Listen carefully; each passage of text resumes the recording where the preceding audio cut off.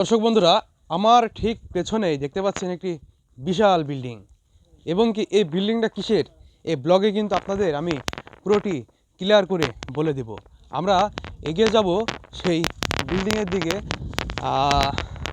খুবই চমৎকার এবং তথ্যমূলক হতে যাচ্ছে এই ব্লগটি।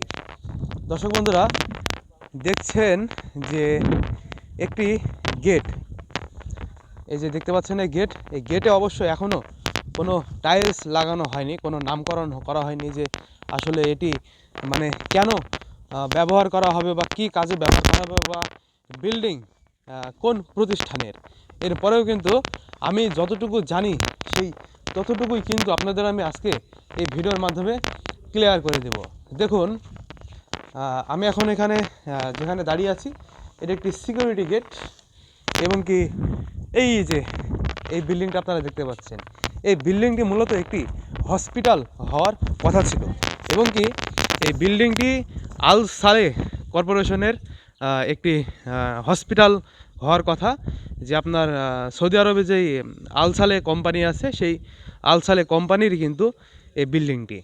তো যদিও কাজ প্রায় আপনার হলো শেষের দিকে, এরপরেও কিন্তু এই বিল্ডিংটি আপনার যে এই প্রতিষ্ঠানের জন্য তৈরি হয়েছে সেই প্রতিষ্ঠানটা এখনও চালু হয়নি। আচ্ছা, এটা কি হসপিটাল? আল সালেহ হসপিটাল দেখছেন কি চমৎকার এই দেওয়ালগুলি, কিন্তু এগুলো আসলে কোনো ইট পাথরের দেওয়াল নয়, এগুলো কিন্তু আপনার টিনের মনে হয় না, প্লাস্টিক। টিন না, প্লাস্টিক বলেই কিন্তু মনে হচ্ছে। আবার এই যে উপরে দেখছেন এই পুরো দেওয়ালগুলো কিন্তু কাচের, এখানে আপনার ইটের ব্যবহার করা প্রায় হয়নি বলতেই চলে। তবে পার্সোনালি আমাদের এলাকার ভেতরে এমন উন্নত এবং আধুনিক বিল্ডিং কিন্তু প্রায় নাই বলতেই চলে, এটি সর্বপ্রথম। হ্যাঁ, আর এই যে এই পেছন সাইডটা দেখছেন, এই পেছন সাইডটা পুরো দেওয়াল খুবই চমৎকার লাগছে দেখতে।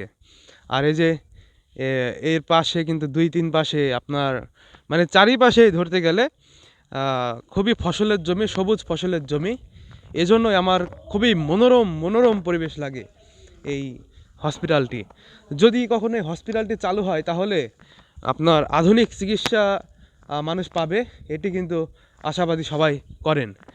আর দোয়া করি এই হসপিটালটি যেন খুব দ্রুত চালু হয়ে যায়, তাহলে দেখা যাচ্ছে যে আপনার দেশের বাইরে গেলে বা ইন্ডিয়ায় গেলে যে লক্ষ লক্ষ টাকা মানুষের খরচ হয়ে যায়, সেখানে যদি 1 লক্ষ টাকা খরচ হয়, হয়তো বা এখানে আসলে আপনার স্বল্প পরিমাণে কিছু টাকা খরচ হবে মানুষ একটু বাঁচবে, গরিব মানুষ একটু বাঁচবে। আর আল সালেহ কিন্তু প্রতি বছর মানে সারা বছরই তারা কিন্তু বিভিন্ন ধরনের ত্রাণ গরিব মানুষদের বিতরণ করে থাকে।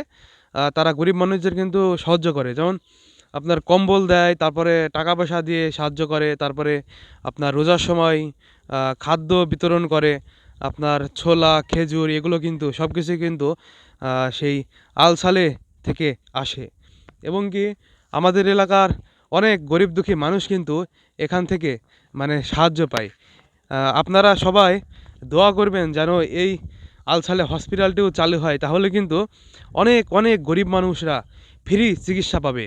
তারা আর চিকিৎসার অভাবে তারা মারা যাবে না, বা তাদের মানে জায়গা জমি ভিটামাটি সব কিছু বিক্রি করে তাদের আর চিকিৎসা করার লাগবে না। সবাই এই ব্লগটি শেয়ার করে দিবেন এবং কি আপনারা কমেন্টে জানাবেন আপনাদের অমূল্য মতামত। তো সবাই ভালো থাকবেন। আসসালামু আলাইকুম।